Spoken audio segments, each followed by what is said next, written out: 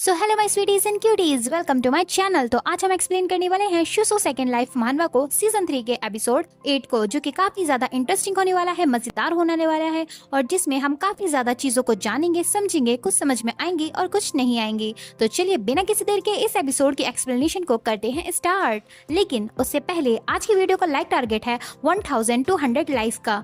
जितनी जल्दी आप इस लाइक टारगेट को पूरा करवा दोगे, मैं उतनी जल्दी शुशु मानवा का नेक्स्ट एपिसोड ले आऊंगी। और जब तक कि इस वीडियो पर ये लाइक टारगेट पूरा नहीं होता, तब तक मैं दूसरी मानवा जिसका नेम है द हिडन घोल, मैं उसको एक्सप्लेन करना कंटिन्यू करूंगी। तो अगर आप चाहते हो कि मैं शुशु मानवा को पहले कंटिन्यू करूं, तो प्लीज इस लाइक टारगेट को जल्द से जल्द पूरा करवा दीजिएगा। तो चलिए अब और ज्यादा आपका और अपना टाइम वेस्ट ना करते हुए इस वीडियो की एक्सप्लेनेशन को करते हैं स्टार्ट।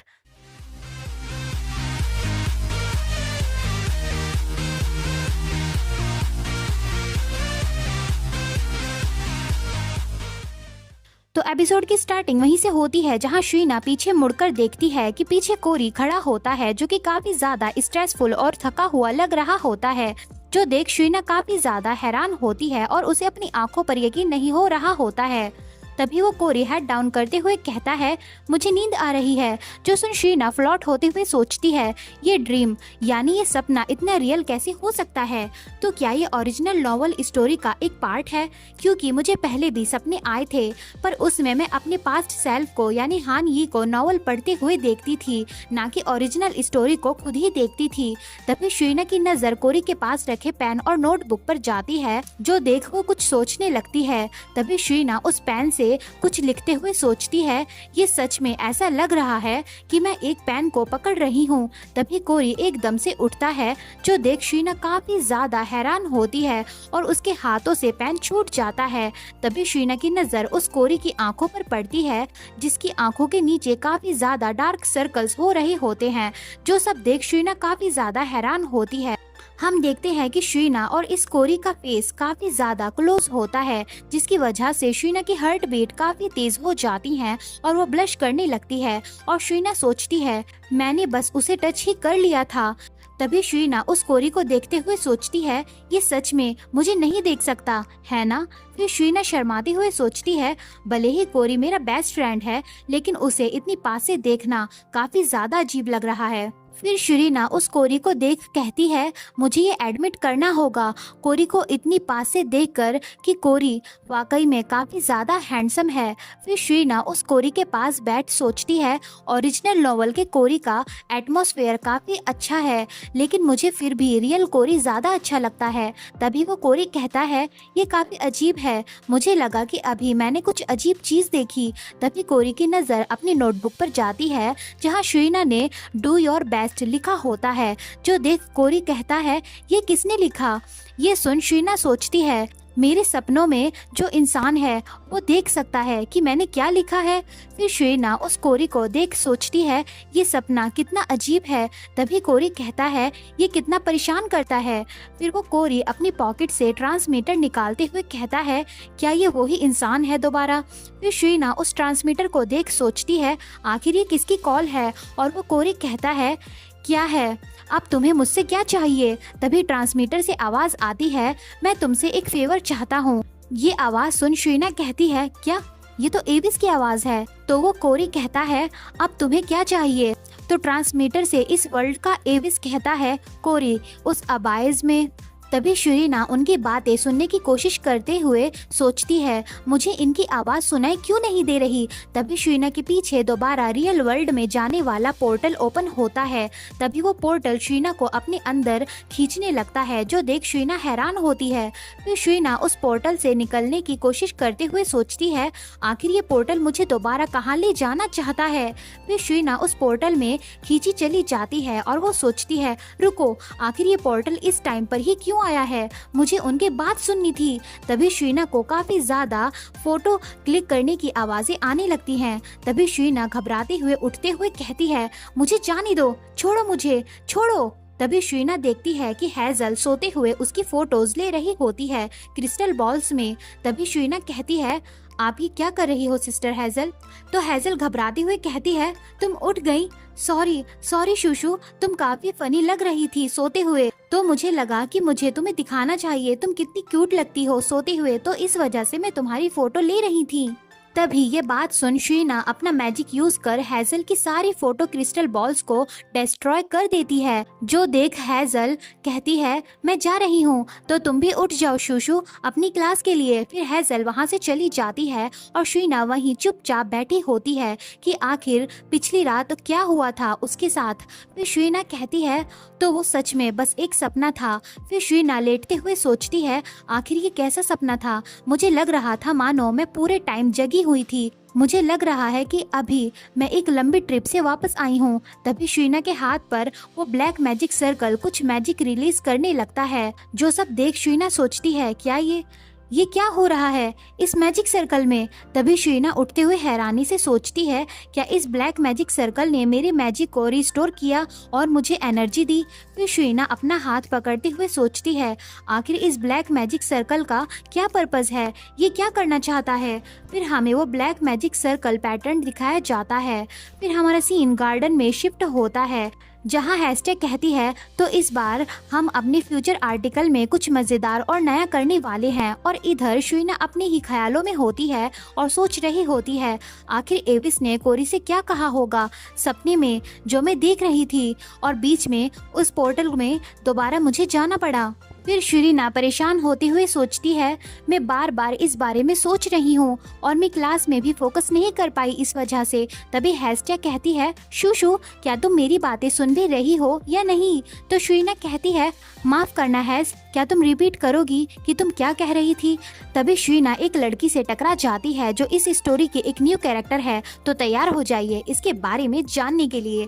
तभी शीना उस लड़की से कहती है, मुझे माफ करना, क्या तुम ठीक हो? तभी वो लड़की उठते हुए मुंह बनाकर कहती है, तुम्हें ध्यान रखना चाहिए कि तुम कहाँ चल रही हो, एक पब्लिक प्लेस में चलते हुए। तो शीना कहती है, हाँ ये मेरी गलती है, मैं अगली बार ध्यान रखूंगी। और हैशटैग कहती है, शूशू क्या तुम ठीक हो? और शीना सोचती है, हम तो एक दूसरे से बस टच हुए थे, तो ये इतनी गुस्से में क्यों है? तभी शीना सोचती है, लेकिन ये लड़की इतनी जानी पहचानी क्यों लग रही है? तभी शीना उस लड़की को देख सोचती है, ये ग्रीन आईज, ये गोल्डन हेयर, ये मैंने पहले भी कहीं देखे हुए हैं।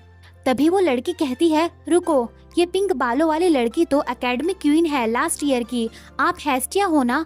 और ये जो छोटी है और ऑरेंज बालों वाली लड़की है, उनके साथ में क्या आप? तभी वो लड़की काफी खुश होते हुए कहती है, ओह नो, क्या आप शीना वेस्ट हो? ये बात सुन शीना कहती है, ओह तो तुम मुझे जानती हो? फिर वो लड़की काफी ज्यादा खुश होते हुए कहती है, मैंने आपको ढूंढ लिया सिस्टर शीना, मैं आपसे मिलकर काफी ज्यादा खुश हूँ। इस लड़की को इतना खुश देख हेस्टिया और शीना कुछ समझ नहीं पाती कि ये क्या कह रही है और ये यहाँ क्या कर रही है। फिर हमारा सीन पास्ट में शिफ्ट होता है, जहाँ कोरी शीना से कहता है, मेरी एक छोटी बहन है, उसका नाम विडिली है, वो एकदम बच्चों जैसी है, वो काफी इमेच्योर है, वो काफी ज्यादा टफ होने का बिहेव करती है, लेकिन वो काफी सॉफ्ट है, जिसकी वजह से मुझे उसकी काफी चिंता होती है।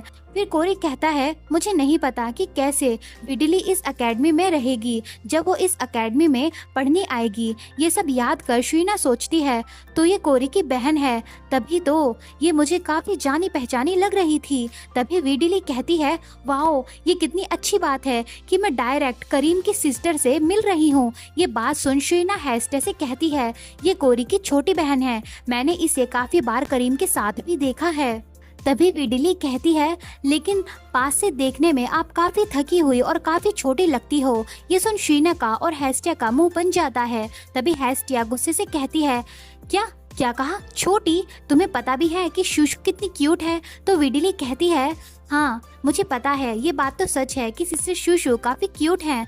ये सब देख शीना सोचती है, कोरी तुम्हारी सिस्टर को सच में कोई फर्क नहीं पड़ता कि बाकी लोग क्या सोचते हैं। तभी विडिली अपने हाथ साफ करते हुए कहती है, लेकिन आप इतनी भी इम्प्रेसिव नहीं हो जितना मैंने आपको सोचा था।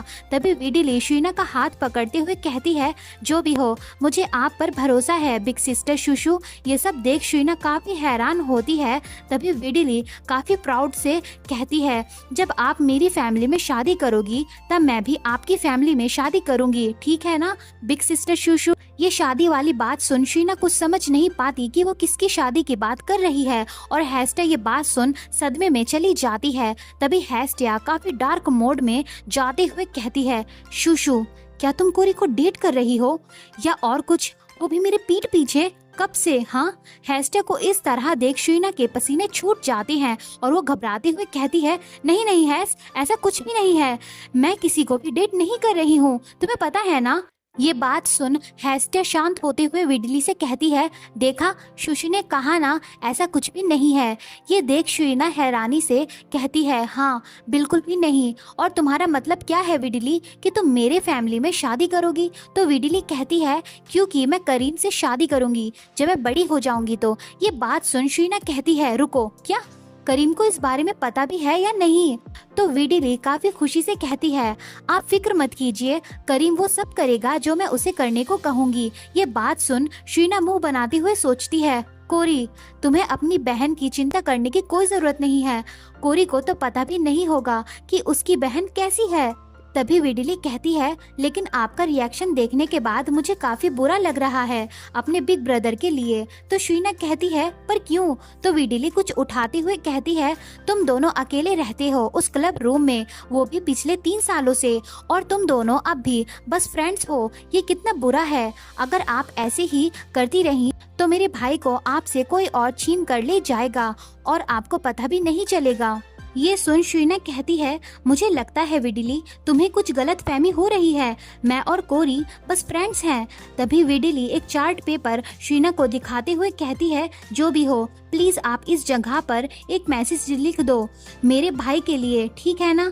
ये देख शीना कुछ समझ नहीं पाती। फिर शीना उस चार्ट को देखते हुए कहती है, क्या एक मैसेज लिखूं कोरी के लिए? तभी विडली कहती है, क्या तुम दोनों एक दूसरे को फ्रेंड्स कहते हो, लेकिन तुम्हें नहीं पता कि मेरे भाई का बर्थडे आने वाला है। ये सुन शीना हेजिटेट होते हुए कहती है, ऑफ कोर्स मुझे पता है, मुझे तो लगा कि ये मैसेज तुम अपने लिए लिखवा रही हो। फिर शीना सोचती है, हाँ कोरी का बर्थडे आने वाला है। तभी विडली वो हर्ट को दिखाते हुए कहती है, मैंने आपके लिए ये जगह बचाई है, आपको ये हर्ट दिख रहा है ना, वो हर्ट देख शीना सोचती है, विडली तुम्हें सच में कुछ गलत फहमी हो रही है। फिर शीना उस हर्ट में एक मैसेज लिखते हुए कहती है, तुम्हें पता होगा अब जबकि मैं इसके बारे में सोच रही हूँ, कोरी हमेशा अपना बर्थडे एकेडमी में बनाता है, बल्कि वो उस दिन कुछ करता भी नहीं है, बस अपनी मैजिक रिसर्च में लगा रहता है क्योंकि उसे ये सब वेस्ट लगता है।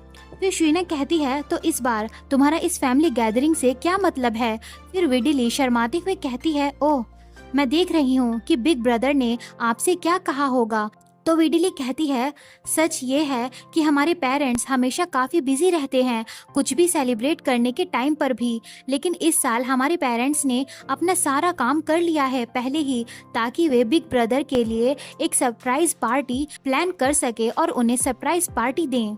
ये सुन शीना कहती है, तो कोरी फाइनली इस साल अपने घर जाएगा अपने बर्थडे पर? तो विडली कहती है, हाँ लेकिन ये एक सरप्राइज है, तो उन्हें बताना मत कि हमने इस सरप्राइज को प्लान किया है, वरना तो सारा मजा खराब हो जाएगा, ठीक है ना सिस्टर शूशू।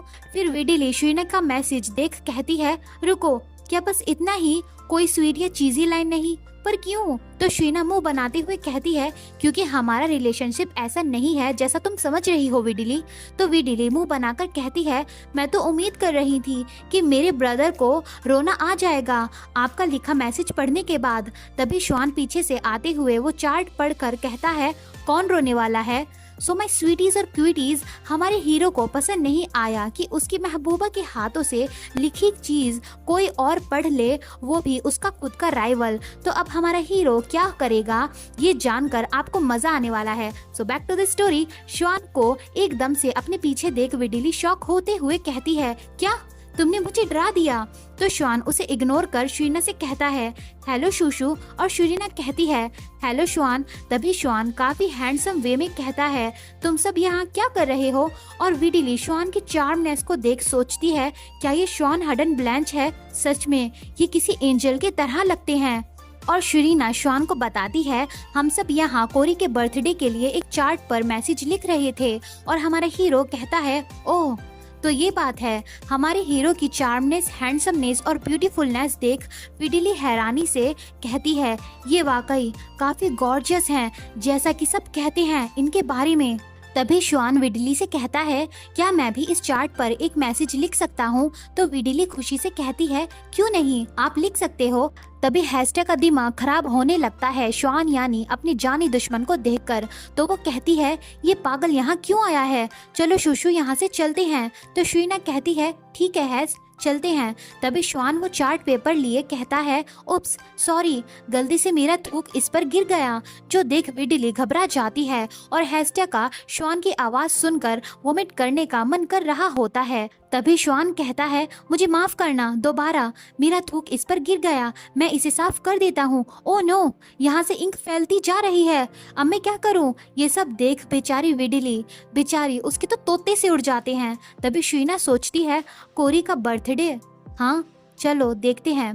और दूसरी तरफ श्वान कहता है, मैंने ये सब खराब कर दिया, क्या मैं इसे ठीक करने के लिए कोरी के लिए एक यूनिकॉर्न बना दूं, क्योंकि कोरी को यूनिकॉर्न्स पसंद है। ये सुन विडिली कहती है, क्या मेरे भाई को यूनिकॉर्न्स पसंद है?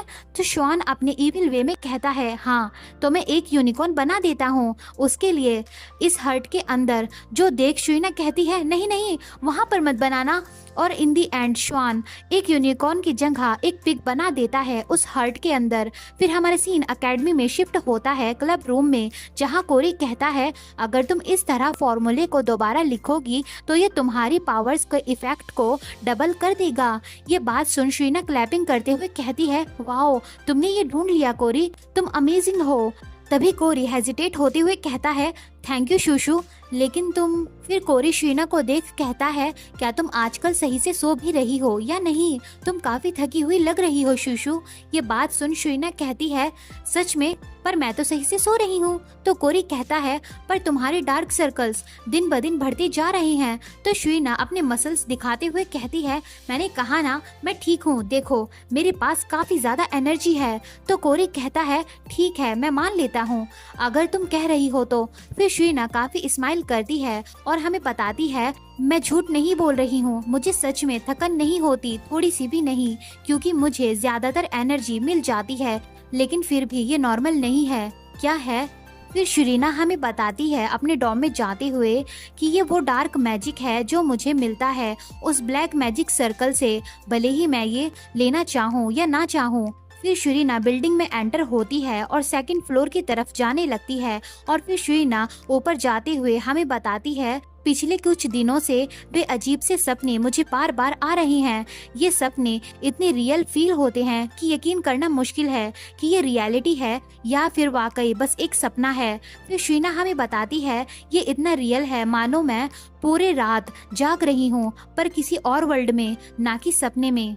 लेकिन इससे पहले कि मुझे सुबह उठकर थकन हो, ये मैजिक सर्कल मेरे अंदर मैजिक एनर्जी डाल देता है ताकि मुझे थकन ना हो। फिर शरीना बेड पर लेटते हुए कहती है, ये सब कुछ काफ़ी ज़्यादा अजीब है। फिर शरीना हमें बताती है, ये सब ऐसा लगता है मानो कोई चाहता है कि मैं इस सपने को एंड तक देखूं, जो कि सपना लगता भी नहीं है। फिर शरीना धीरे धीरे अपनी आंखें बंद करने लगती है। फिर शरीना की सोल दोबारा उस सपने में या यूं कहूँ किसी और डायमेंशन में जाने लगती है और शरीना कहती है, ये सब दोबारा हो रहा है। फिर हमें ड्रीम कोरी एक बेंच पर गार्डन में बैठा हुआ दिखाया जाता है और ड्रीम कोरी काफी ज्यादा थका हुआ और लेजी लग रहा होता है, जिसे देख शरीना फ्लॉट होते हुए सोचती है, मेरी आंखें बंद करते ही ये ब्लैक मैजिक सर्कल ट्रिगर्ड हो जाता है और मैं इस ड्रीम में आ जाती हूँ। फिर शरीना सोचती है, ठीक है चलो देखते हैं कि ये ड्रीम मुझे इस बार क्या दिखाना चाहता है।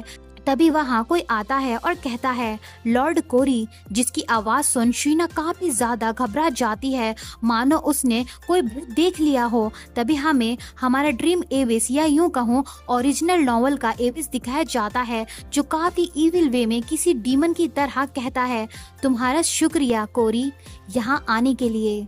एविस को देख ड्रीम कोरी हैरान होता है। एविस को देख शरीना कहती है, क्या ये एविस है? पर ये यहाँ तभी ड्रीम एविस बैठते हुए कहता है, क्या तुमने अपना डिसीजन ले लिया जिस बारे में मैंने तुम्हें पिछली बार बताया था? तो कोरी कहता है, तो इस वजह से तुम स्टूडेंट काउंसिल प्रेसिडेंट बने हो, है ना? फिर ड्रीम कोरी कहता है, क्योंकि यह सबसे आसान तरीका था ताकि तुम प्रिंसिपल के प्लान के बारे में जान सको।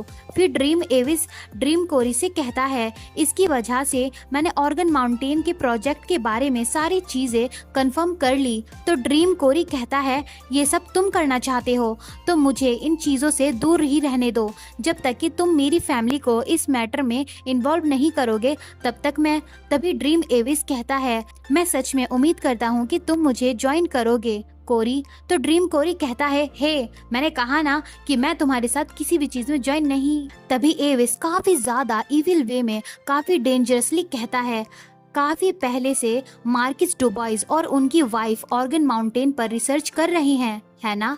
क्या ये सस्पिशियस नहीं है? अपने फादर और मदर के बारे में सुन कोरी हैरान हो जाता है और हैरानी से और गुस्से से कहता है, क्या? पर तुम्हें कैसे? इन दोनों की ये बात सुन शुइना हमें बताती है, उस दिन मुझे कंफर्म हो गया था कि उस नोट में मुझे किसको बचाने के लिए कहा था, वो और कोई नहीं बल्कि कोरी है। और इसी के साथ ये एपिसोड यहीं पर एंड होता है। अब हमें देखना है कि आखिर ये वाकई में कोई ड्रीम है या फिर शुइना किसी और ही डायमेंशन में बार बार लेटने के बाद ट्रांसपोर्ट हो जाती है और वहाँ पर ओरिजिनल नोवेल की स्टोरी देखती है। इस सभी चीज़ों के बारे में मैं आपको कंफर्म कर दूंगी नेक्स्ट एपिसोड में, क्योंकि अगर मैंने आपको ये चीज़ें कंफर्म नहीं करी तो आप आगे की स्टोरी को बिल्कुल भी समझ नहीं पाओगे।